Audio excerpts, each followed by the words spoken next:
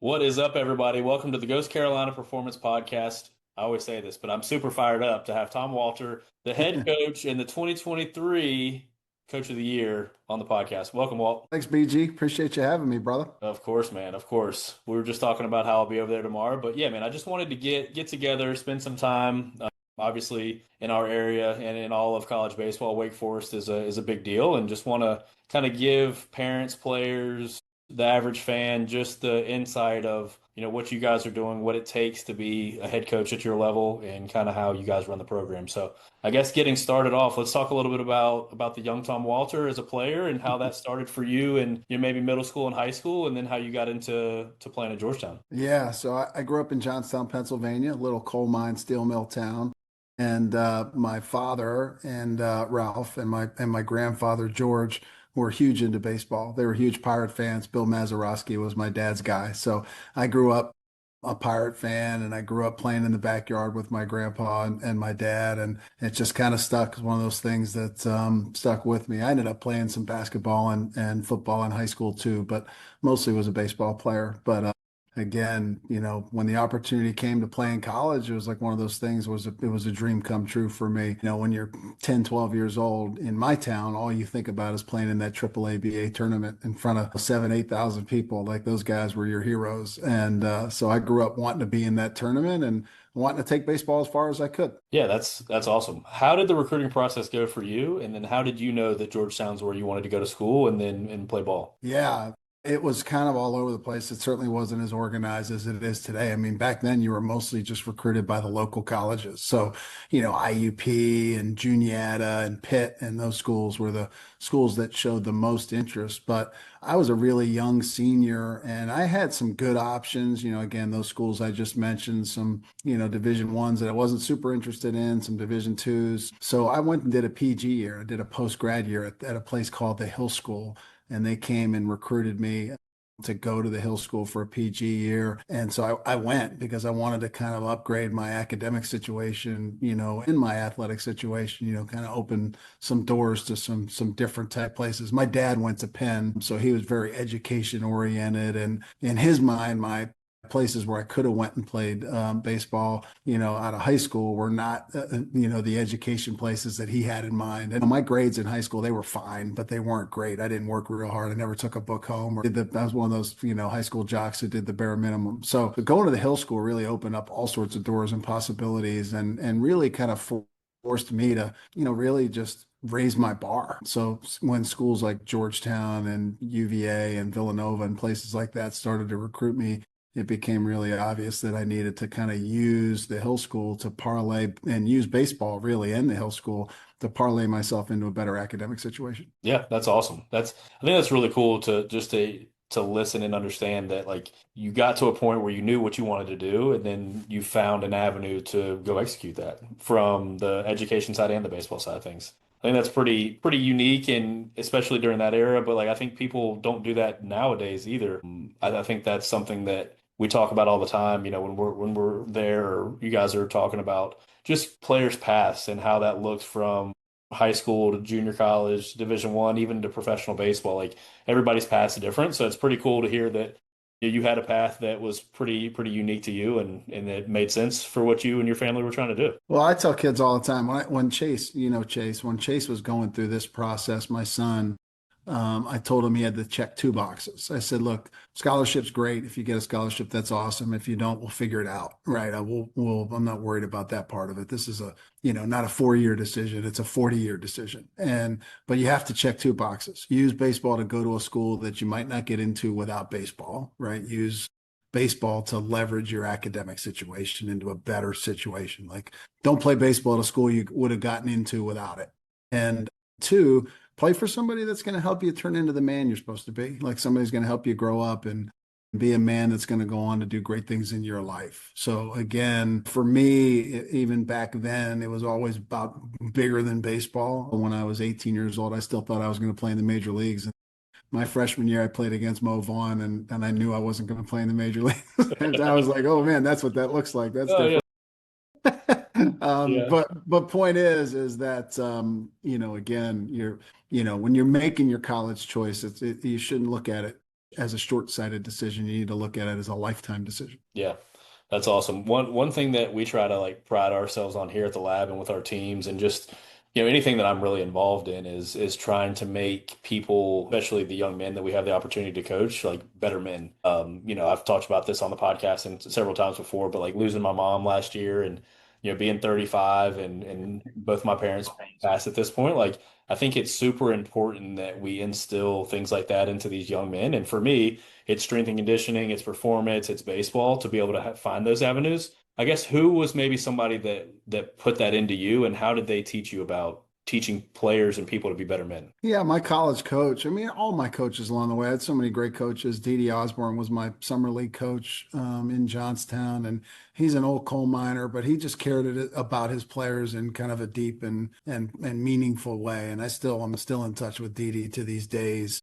And I see him every time I go back home, and we talk at least once a month. So he still doesn't text message yet, though. But that's a whole other thing. But point of the matter is that it's a lot of the coaches along the way that kind of inspire that. But my college coach too. My college coach again was a guy who, just really cared about you as a human being, would always ask how my family was doing, would always just make sure I was doing okay, classes were going okay. Again, it was about more than wins and losses for him. And that always was something that just stuck with me. So, as you get up higher and higher in college coaching, it started at George Washington and then UNO and now Wake Forest, the expectations for the program and the fans and the alums and everybody is always to win more, win more, win more. But I'm always thinking about we still need to your point, it's still the number one priority in our program is to develop men of kindness and empathy, men who are going to go on and choose a life of service over self, men who are going to be great fathers and great husbands, men who are comfortable in their own skin, men who treat women the right way and have respect for their elders and have respect for those in the military. Again, that's still always going to be the priority anywhere that I'm coaching. Absolutely. Absolutely. I think that's probably one of the reasons we align so well.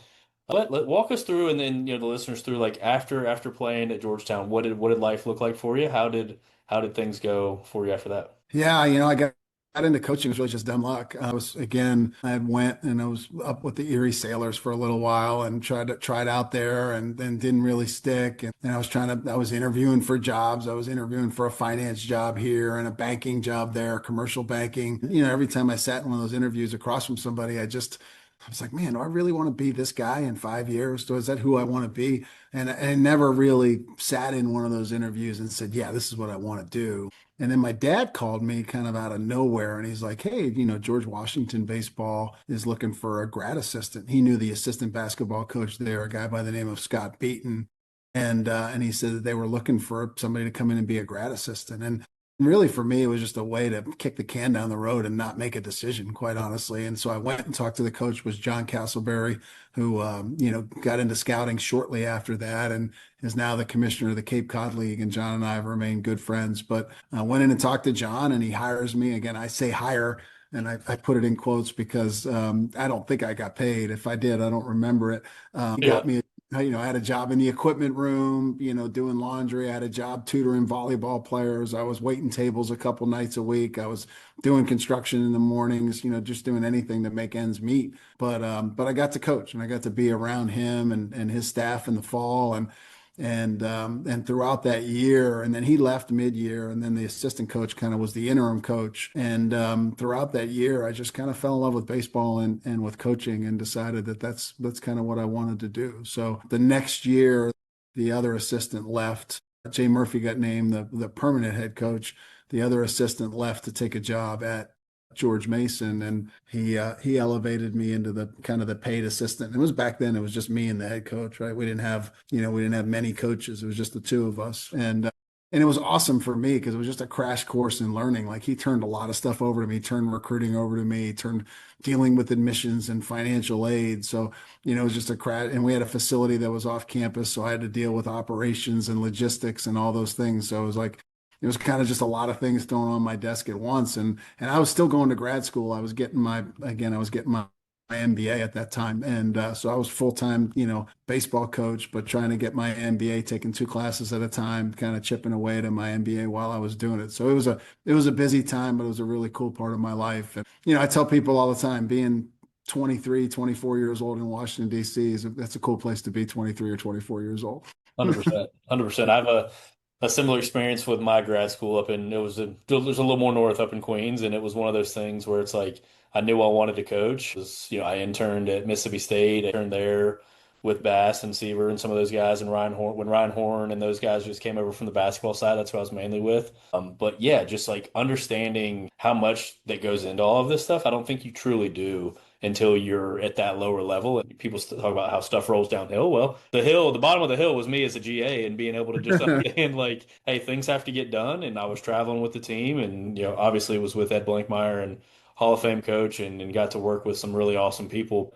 It challenged you, especially a guy from High Point, North Carolina, who was in Starkville, Mississippi, to the next thing I know, I'm in Jamaica, Queens. I'm like, this is a whole different shell shock of an environment. I think it's really important that coaches understand how things like that build you into the person that you are. Like, I don't think there's any way, shape, or form that I'm doing what I'm doing today without those early days at St. John's and some of those internships. So it's pretty cool that it was kind of a similar thing for you. And I think most coaches, if you're in it and you've been around, that's what you have to do. You have to go work for a little bit of money and find your behind off and go do what it takes. So many of these young coaches now, they think they're going to go make 150 grand right out of the gate. And it's great if you can do that, but to not go through that, what we went through where you had to be a jack of all trades and you had to figure it out and you were doing things you had no idea how to do, but it's like this is what I have to do. Like I got no choice here. So I wouldn't trade that experience for all the money in the world,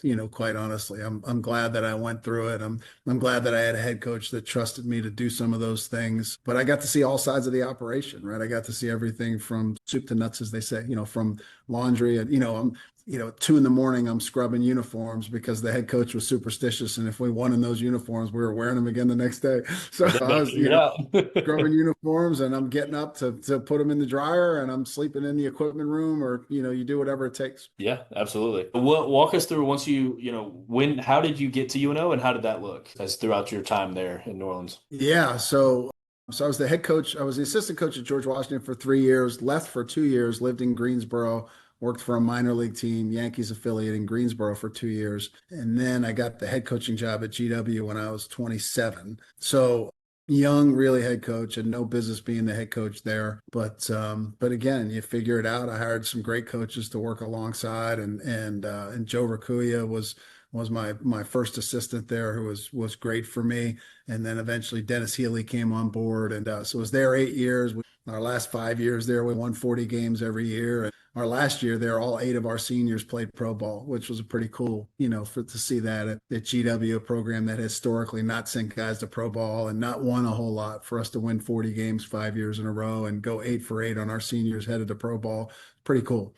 So anyway, get the New Orleans job. I'm there for a grand total of 9 months. And then Hurricane Katrina hits, and, we evacuate to New Mexico with the team. And it's, all that training at GW where you had to figure out really paid off, because it was like, we're trying to get, we took the team to New Mexico and lived in New Mexico State for 4 months, and took classes and, again, just pieced it together. We practiced at night. Rocky Ward was the head coach at New Mexico State then, and he was so great to us. And the whole school was so gracious and welcoming to us. They opened up a dorm for us. They gave us a meal plan. Like, we didn't have to pay for much while we were there, and it really helped us keep our program together. And that spring we came back to New Orleans. It still wasn't ready, so we were in Mobile, Alabama, for about 6 weeks, kind of practicing and living there until school opened up. And then we came back to start the season, and had a solid year. Ended up winning more than 30 games. It was the first time in over 10 years they had won 30 games at UNO. And then the 2 years after that, we were in the regionals back-to-back years, won the Sun Belt Conference Championship the next year. And the year after that, got an at-large bid. Only team in the state of Louisiana to go to the NCAA tournament back-to-back years after Katrina. And that includes LSU and Tulane and some other great programs, Lafayette, some other great programs in that state. So really proud of that, and how our guys kind of banded together and wanted to play for New Orleans, wanted to play for their hometown team. So spent 5 years there. They were talking about dropping athletics. So I had to take a new job. And the only 3 jobs that were open that summer that, would have been a lateral move or better, were Wake Forest, Maryland, and Washington. And Wake Forest was the first one. I was kind of involved in all three, but Wake Forest was the first one that kind of offered me a job and kind of a bird in hand situation and chance to get to the ACC. And Maryland was in the, was in the, what league were they in then? They were in the Big Ten. They weren't in the ACC just yet at that time. But anyway, maybe they were. I guess they were. Anyway, long story short is took the Wake job. I've been here ever since. I've been here 16 years, which is crazy. Yeah, that's pretty awesome. That's pretty awesome. Let's talk about the Greensboro Bats thing real quick because I was reading that earlier when I was preparing for all this. Walk us through what that looked like. Were you the GM there? Is that correct?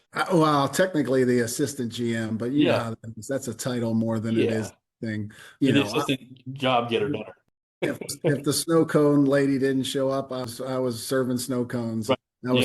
I was pulling tarp, and I was, and again, you do everything in those, and it was mostly sales. My job was like 90% sales. So I'm selling everything from print ads in the game day program to radio advertisements to billboards, and I'm the guy hanging the billboards, so, we're Yep. out there before opening day and we got the lift out there and we're trying to put all the sponsors billboards up before day one. But it was a great experience. We had a great GM by the name of John Fry and we had a great operations guy by the name of John Parisi. And those guys were awesome to learn from. And then we had a sales guy named Dave Mulholland, who was kind of a professional sales guy. So, I had, three people to really kind of learn the business from. But it was good for me to see the business side of baseball. I hadn't really seen that other than, of course, financial aid and scholarships, but just to see, revenue and media and how those things affected your day to day and your bottom line and your ability to do things. So, I think all those experiences led me to become the person I am. And, fundraising is one of the things that you have to do at a school like Wake Forest if you want to be successful. And thankfully, we've got great alums and donors and friends of the program. But, cultivating those relationships is important. And my time with the Bats really helped that. Yeah, that's great. So obviously 16 years there as the head guy for the Deeks. Like what is, and this is a super loaded question, what has changed in those past 16 years and what stayed the same? It's funny. What stayed the same is the kids have stayed the same. I hear coaches all the time saying, "Oh, kids are different. They're different. They're different." And I don't think they are. I think they're the same. They still care about the same things. They still want to be good and they still want to win and they still want to care about something bigger than themselves. They still want to work hard. Now they're wired a little differently. They have to believe in what they're working on. They have to believe in what they're working towards and who they're working for. And they have to understand why. And that's new. That part's new. But kids are the same. So, again, the part that's the same about the job and the best part about the job is just being with these young men at that great age from 18 to 22, where they're kind of turning into this whole other version of themselves that they didn't even know existed. So they're going from being a boy to being a man. They get to us and they're a boy and they leave and they're grown men and they've got to go and start a career and stand on their own 2 feet and be survive be self-surviving and self-motivating. So that's still always going to be the best part about the job is seeing these players grow and develop. Now, everything else has changed. Baseball has gotten such a big sport and on television has been a big part of that. Coaches get paid a lot more now, which is, really awesome. I can't tell you how many people I talked to who, 20 years ago got out of coaching because coaches didn't make anything. So they'd get into scouting or professional baseball or other fields so they could, support their families. And now coaches are making what they're making and they're all like, man, I should have never got out of coaching. But at the time, coaches, my first head coaching job at George Washington University, I made $33,500. And I negotiated it up from 32,000. I was offered 32 and my shrewd negotiating skills got it all the way up to 33,500, which almost covered my parking. But point of the matter is that one of the problems with coaches getting paid a lot is jobs. And it's a good thing because you need to be better at your job because, you can get fired. If you get paid more, you can get fired more easily. The expectations are higher, and that's good for our game. Yeah. It's also bad for our game because it causes a lot of people to maybe do unethical things because they're trying to keep their job. And they're saying to themselves, well, I'm making X and I can't do anything else and make what I'm making now. It causes them to kind of live in that gray area sometimes. So it's interesting how college athletics in general has changed. There's so much more on the line and so much more pressure. And the coaches feel it, the players feel it. Social media certainly adds to that. Social media has been a big change in my Yeah. time. When I first started coaching, there's no cell phones, there's no text messages. Right. Like I have no idea what my batting average was when I was in college. I have no idea because that stuff wasn't like it is now, where it's like you can look it up every 5 seconds. About you after every game. Yeah, after every game, you got 50 people telling you that you're the worst player ever, after you have a bad game. So I feel bad for our kids in that way. And then you add the gambling part to it, right? And some of the, these gambling rules that have been changed. And I saw one of the things the NCAA is considering is letting our guys bet on pro sports. And I'm like, how is that a good thing? Like, how are we going to even open up that can of worms? Like, it should be totally banned for kids that age, right? I agree. If you want to gamble when you're 35 years old, and I hope you don't, but if you want to do that, then you can make a good decision. But let's not let 18, 19-year-old kids place bets on sports. Who are playing sports in college. Yeah. Right. Yeah, absolutely. I agree. While we're on the topic of, college athletics and things like that, the portal, NIL, all that stuff gets a lot of attention, and I think rightfully so. Sometimes I think it's portrayed negatively and positively, but I'm just interested to hear, kind of your thoughts on how has the portal helped and hindered, and then the same question for NIL, how has that helped and hindered, I guess, the overall goal to grow better men there at Wake Forest? Yeah. So, look, there's good parts of the portal. There are situations where a young man wasn't in the right place, and should he have to sit out a year or choose to go to a junior college? No, he shouldn't. Are there situations where people are using NIL and or revenue sharing to buy players and lure players into other programs? And is that the ugly side of it? Yeah. So there's good and bad with the portal. There's good and bad with revenue sharing and NIL. I love the fact that there's no limit on scholarships now. Like I've been saying for years, like to have a 40-man roster with 11.7 scholarships is just crazy. I mean, there were years here. Early in my career here at Wake, and even up till probably through 2023.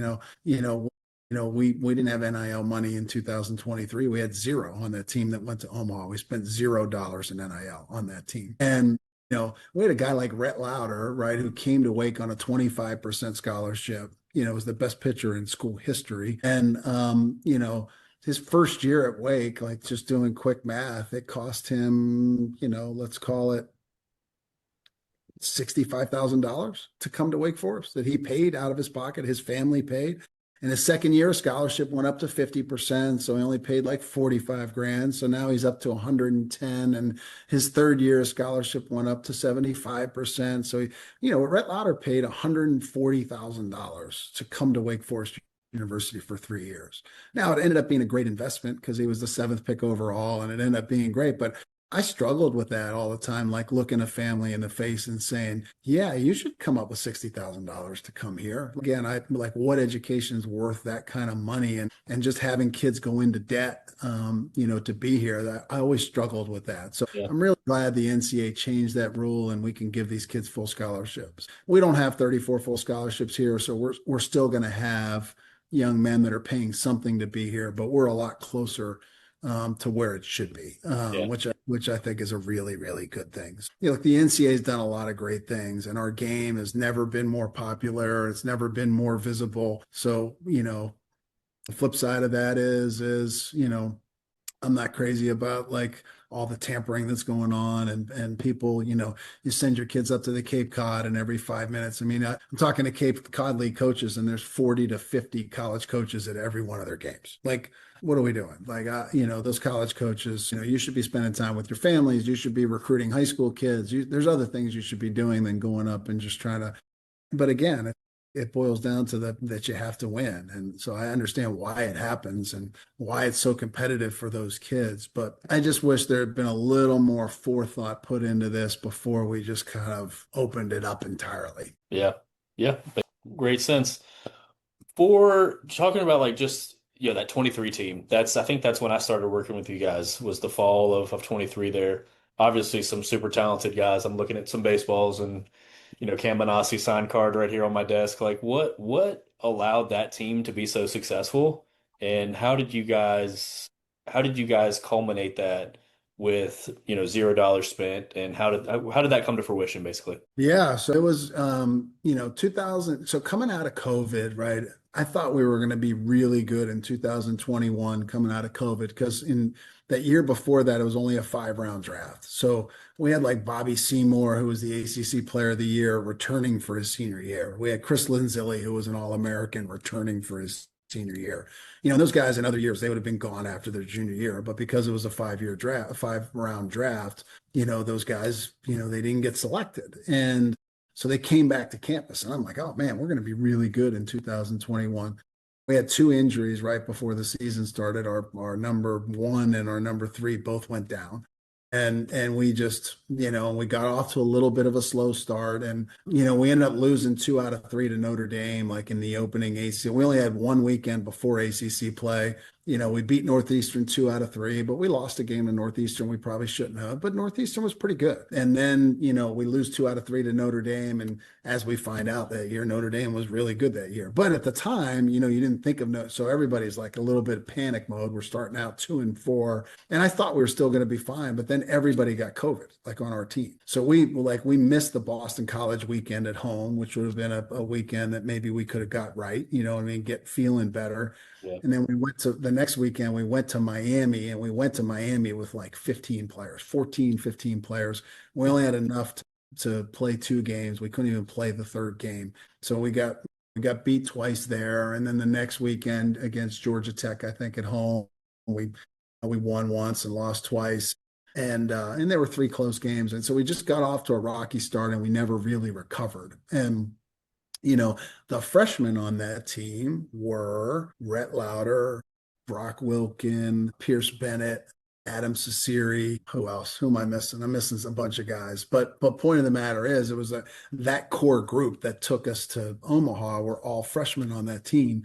And I remember as that season was going sideways, I called a meeting, and we had a big freshman class. There were about 12 of them. And I called a meeting here in my office. And John Hendricks was our pitching coach. So it was me and John and Billy and Billy Salento. We said to the freshmen, we're like, hey, look, we got 2 choices here, right? Like, this is not what it's supposed to look like. Look, we have some seniors that don't want to be here. Again, not that they weren't good kids, but they thought they'd be in pro ball, and we were having a bad season. So, they had kind of checked out and they were kind of playing for themselves instead of for the team, which I understood. Again, they had gotten slighted in their draft year, and Yeah. that and again, they're great kids, and all those guys have gone on to do great things, and they stay in touch, and they're doing well in pro ball. But point is that it's not the season anybody envisioned. And I said that to our friends. I said, we got 2 choices. You guys could transfer and said start over somewhere else. I said, or we can make a decision as a group that we're going to build it here and we're going to build it the right way. And the guys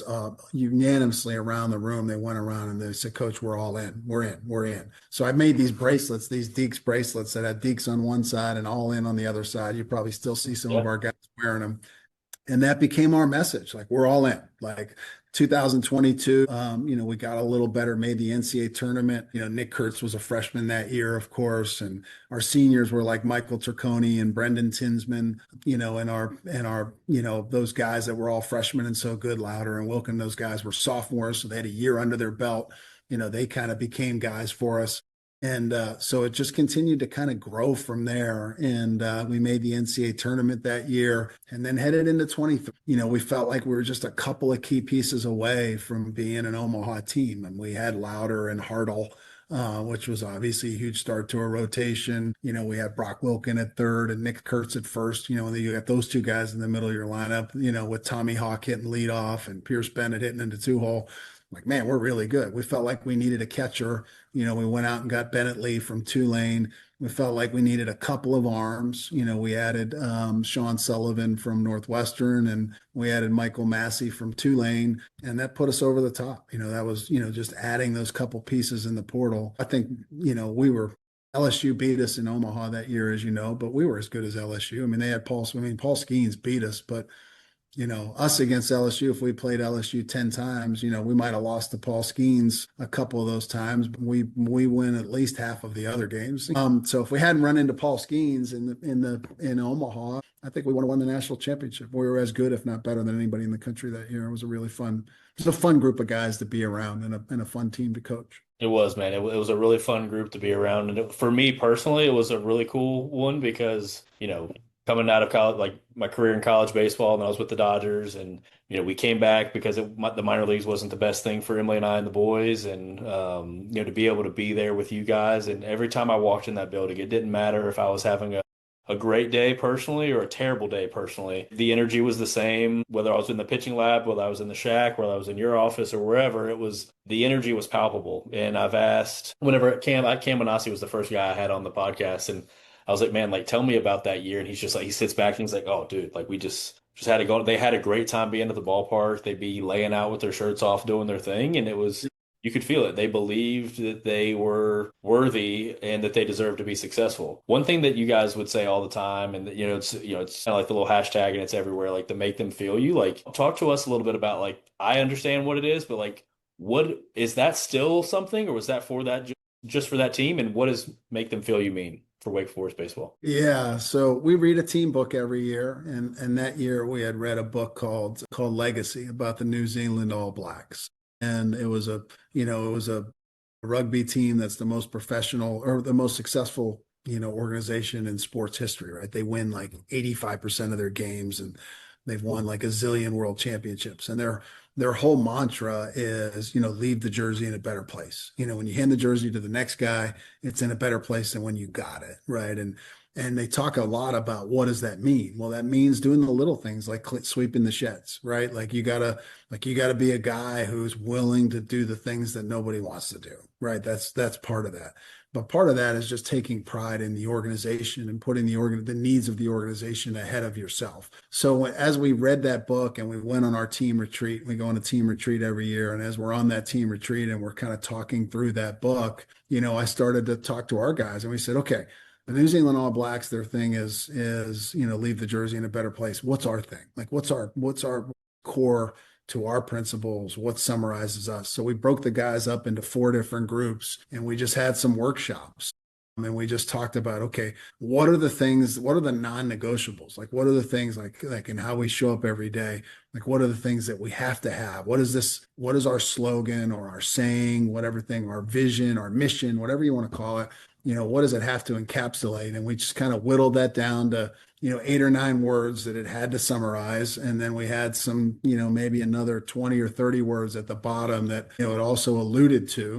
And we just started to kind of whittle it down and we got it down. I'll never forget. It was up on the whiteboard and I probably still have a picture of it, but we had 3 kind of different buckets and we're in the team meeting room one day and Nick Kurtz and his group of guys had come up with make them feel you. And I put it in the center on purpose because I really liked it. And Mhm. because I got this quote in my office that basically said, Maya Angelou, I've learned people will forget what you said, people will forget what you did, but they'll never forget how you made them feel. So we talked about that. And I was like, look, make them feel you. As we were talking through the 3 different options, I said, make them feel you is not about, it's not only about making the opponent feel you. Yes, we want the opponent to feel us and feel our confidence and feel our talent and feel our energy and feel our passion and feel our relentlessness and our never quit attitude. Yes, but we also want the umpires to feel us and how professional we are. We want the fans to feel us and how engaged we are and how we play the game the right way. We want the ticket takers and all the people that work at the stadium that do so much behind the scenes so we can play baseball every day. We want them to feel us. We want the kids after the game who are asking for our autographs. So we want our professors, that we interact with day to day. We want the lady that's behind the counter at the cafeteria that we want her to feel us. So we just started to talk through those things, and that's what the guys landed on that they wanted was make them feel you. So we started. Tony Joyce, our equipment guy, started putting on all our gear, and our guys really kind of rallied around it. Yeah, it was a pretty cool thing, and it was again, it was palpable every time you came in there, every time you walked in, or anytime I watched you guys play that year, and was working with the guys, it was palpable, and it fired me up every time. It was, and if I was having a rough day or something, maybe a little bit down, I'd be able to walk in there. It's like, all right, here we go, better get my shit together because the boys are gonna be ready to roll. And it was fun. Yeah. It's been like that, man. It's been like that ever since. One question that I do have, I guess, you guys have a great facility there. You got the pitch. We'll talk about the pitching lab here in a minute. But one thing that I've learned, being with you guys, shoot, going on our fourth season now together, like there's awesome people there. Jeff Strom, Mark Seaver, yourself, Billy, Nice, Ezra, all the guys that you're bringing in, Chris Lewis, codes. Like, talk to me a little bit of how have you identified not only talent and what they're able to do from a skill standpoint, all the staff that's at Duke now, Moose, Wes, Fish, all those guys, like how have you been able to bring in such good people, number one, that also are great baseball minds? Yeah, look, well, we've been fortunate. Our athletic director, Ron Wellman, and now our athletic director, John Curry, have, and our alums and our donors have every year continued to ratchet up the support that we have. So, again, we've gotten the salaries now where they're super competitive, and we've added some positions. It wasn't that long ago we didn't have an operations guy, we didn't have an analytics guy, we didn't have a pitching lab guy, and we've been able to add those positions, which is huge, which just makes everybody better at their job, and all those people come in and add just unbelievable value. We've been able to hold on to our staff. One of the things that's really great about here is, other than, you just mentioned Moose and those guys leaving, which we hated to see them go. But Billy's been here 16 years. Mark Seaver's been here, pretty much the whole time. Jeff Strom's been here pretty much the whole time. And to have that sort of consistency, amongst your staff is very rare in today's game and makes a huge difference, because again, when you talk about team culture, you talk about two things. You talk about shared experiences and you talk about shared language. And when you have consistency of your staff, your language is always the same and it's super consistent. So, and then this facility we've been able to build thanks to our donors and Ron Wellman and John Curry that we've built brick by brick and piece by piece. Our players want to come here and they want to be here. So, as far as the great people we've had, about 2016, we were looking for an edge. We felt like we've been good enough every year to be an Omaha team offensively, but we hadn't been good enough to be an Omaha team on the mound.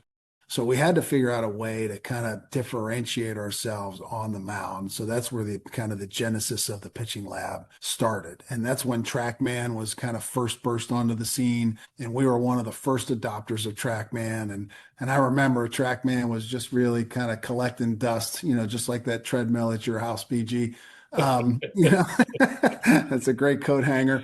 But But point is that I pulled the staff together. Matt Hobbs was our pitching coach, who's so good at what he does, and Bill Salento. And I said, hey, like we've got to jump all in on technology. Like let's be the school that uses data and technology the best. So let's figure out how to use TrackMan. And I give our guys credit. Billy is the best at using data on the offensive side, and Matt Hobbs, is the best at using data and technology on the pitching side. So we had those two guys on the same staff when all this technology was kind of bursting onto the scenes. We just snowballed that into the pitching lab. We snowballed that into having now what we have with Chris Lewis in charge of a 22-person analytics team.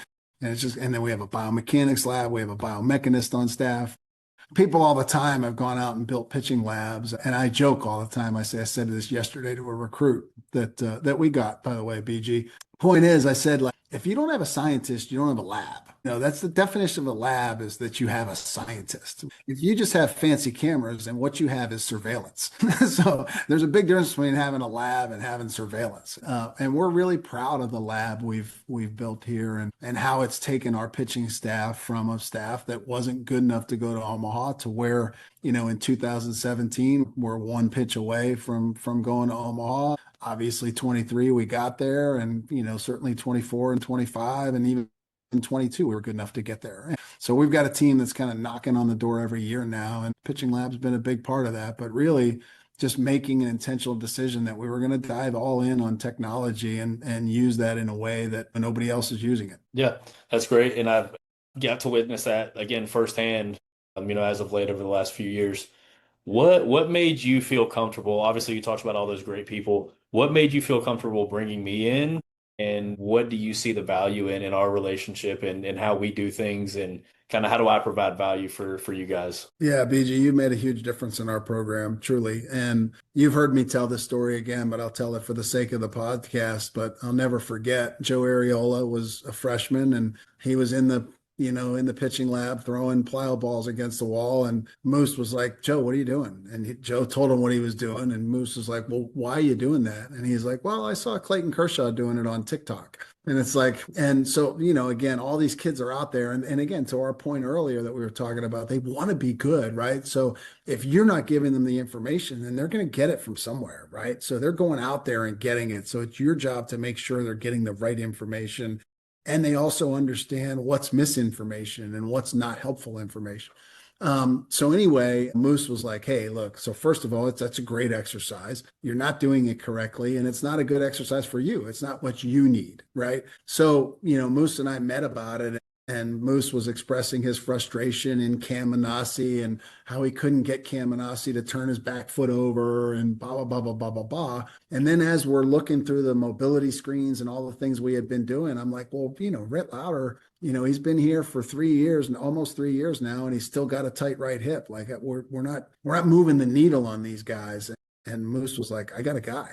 And he was like, Brandon Golden, we got to get this guy over here. And that's when, we were so lucky. It was just a lining of the stars that you had just hung a shingle here, like right next to us in High Point, and decided you were going to go out on your own and start your own business. Kudos to you for dreaming big and having the vision and taking a chance and betting on yourself. We talk to our players all the time about betting on yourself, and you did it, BG. So you can speak to that better than anybody I know. But point is we called you and came over, and as soon as you came over, I was like, yeah, like I'm in. And so immediately we hired you. You got to work. You evaluated our Cestar guys' mobility. You put them into the app with the corrective exercises. And I'll never forget it. And and it was at the end of our fall that you came in, end of fall games and practices when you came in. So we had like a 4 or 5 week shutdown period where our guys didn't throw at all, right? While you were kind of implementing your program. And I'll never forget the first day the guys started throwing again. I think it was maybe right around the first week of December. Moose calls me and he's like, you're not going to believe it. And I was like, what? He's like, Caminasi's turning his back foot over. And I was like, seriously, get out of here. And he was like, yeah, he's like the correct. And he goes, and he's not even thinking about it. Like the exercises that BG programmed for these guys, they've just programmed these movements. And now they don't have to, they do it naturally. They don't have to think about it. And we had another kid, you probably remember this. We had a kid, Will Andrews, who was hurt at the time and he couldn't do your exercises. And Will Andrews made no gains, right? Will Andrews was still the same guy that he was 5 weeks earlier. And it wasn't his fault because he was in a boot or whatever. He couldn't do the stuff. But the point is, all the guys that had been through your program without picking up a baseball and without doing anything baseball specific, all got better in baseball because of you and your program. And we've been all in ever since. Yeah, that's number one. Thank you for allowing me to be a part of it. It's a really special thing for me. It's filled a void in a lot of different places. So it's been therapeutic at times to be able to come over there, but it's such a passion thing that I'm able to come in and feel like I'm a part of your staff and be there with the boys. And I'm not there every day, but understanding what it is that you're trying to build. Thank you very much for allowing me to be a part of it because it's an awesome thing. So thank you for that. But yeah, I mean Thank you. that's what we're trying to do here. It's like we're able to look at the movement quality and I owe all of the stuff that I've been able to do to a lot of different people and kind of again the conversation we had about the graduate assistant positions and every position that I've had and bosses that I've worked for have empowered me to be in this position that I am. So I'm super thankful. I guess I should thank my wife for having us leave Dodgers to be able to do that. But you're right, Walt. Like betting on yourself, like it's a scary thing at times. I love it now because I'm able to do the things that I want to do. I still miss the competitive side of things, of being able to be in the dugout and different things like that. But I'm uh, I'm able to do things at a pretty high level with some pretty awesome people. So I got no complaints there. Yeah, and I get to collaborate with the awesome staff that you have from the medical, strength and conditioning to pitching to hitting. Like it's outstanding. I know we've been rolling with this for a little while, so I'll ask you a few more questions and I'll let you get on with your day. What would you say for the high school kid? What if you could give them any piece of advice, what would that be as far as being ready for college baseball at any level, where to go, what they should be doing? What does that look like from you? Yeah, you've got to be an explosive athlete. Like these college guys are strong, but they're also explosive. they're quick twitch. I mean, they're conditioned and they're durable. Like again, college is a grind. Like it's a, you're talking about a if you get as far as you want to go, it could be as much as a 70 game season, right? And for a 18 to 22-year-old kid, I mean, that's a long stretch. So if you're going to stay healthy through that stretch, you better have your nutrition locked down, your rest locked down, and you better have an explosive training program, and you better have the right people around you to help you do that. Like, again, I love all these dads who think they know, right? Again, sorry, dads, you don't. You don't know. You need help. Again, just like I did as a dad, right? Again, I wasn't the lone trainer of my son. I Right. wasn't fool enough to believe for 1 second I was the right guy to do that. So point is that you need this army of people around you that you can trust, and you got to do your homework, because again, there's a lot of people out there that are in it for the wrong reasons, and that are just in it. It's just a business to them. It's not like you, where it's your passion. It's what gets you out of bed every morning. Like you want to be some around somebody like Brandon Golden, who's just totally invested in your success, not only as an athlete, but as a person too. So, for me, like I tell I think that people put too much of an emphasis on showcasing, and not enough of an emphasis on development. When they're in the eighth, ninth, 10th grades, it should be like 80% development, 20% showcase. Now, look, do you have to like get to 50-50 to just get out there? Sure. Like your junior year, like summer before your junior year, like if you want to start the transition to where it's 50-50, like I can live with that, right? But it should never be more than 50-50. Right now, it's so many kids, it's like 95, right? They're not spending any time on their training, and it's all about showcasing. And those kids, they get to college, they're the ones that break down. They're the ones that don't understand the game in a deep and meaningful way. They're the ones that, again, they're showcase ponies, and they look good in inter squads, but sometimes it doesn't come out in the games, so I would say put the focus on development, especially in that eighth, ninth, 10th grade years. And as I tell recruits all the time, like you got to make a decision. You either like it, you love it, or you live it, right? And liking it is not enough to play at this level. It's not. If you have some God-given talent and you love it, that's enough to play at this level. If you want to play professionally and do what Josh Hammond just did, one of your longtime clients, like you got to live it. And what I mean by that is you got to make all your decisions based on what helps me to be the most explosive, dynamic baseball player I can be. And that's every decision you make, from what you eat to when you eat to why you eat to how much rest you're getting to, doesn't mean you can't have a social life, doesn't mean you can't have friends, but sometimes it does mean that your girlfriend's got to flip you some soft toss. You got to get your work in. No doubt. Same question for the parents. What advice do you have for them for, it could be mainly a high school kid, but it even could be a college kid too that's looking to, either go to a different school or isn't getting playing time at all. Like what does it look like on the parental side? Yeah, again, I think from the parental side, just to back up a little bit, like first things first, like let's find out what your kid's really passionate about. He shouldn't want to play baseball because of you, right? Or because you played baseball. Like if he loves it and he's passionate about it, then yeah, go after it. And then then get him the right people, kind of in his village, so to speak. Like figure out like who in your community is the right person to go to, and who can you trust in this business, right? And who can't you trust? Again, play for a travel ball organization that prioritizes development. Get the right people around you in terms of explosive training. Strength training is not enough. It's got to be explosive baseball oriented training, right? Where you're like force into the ground, rotational force into the ground, right? You say it all the time.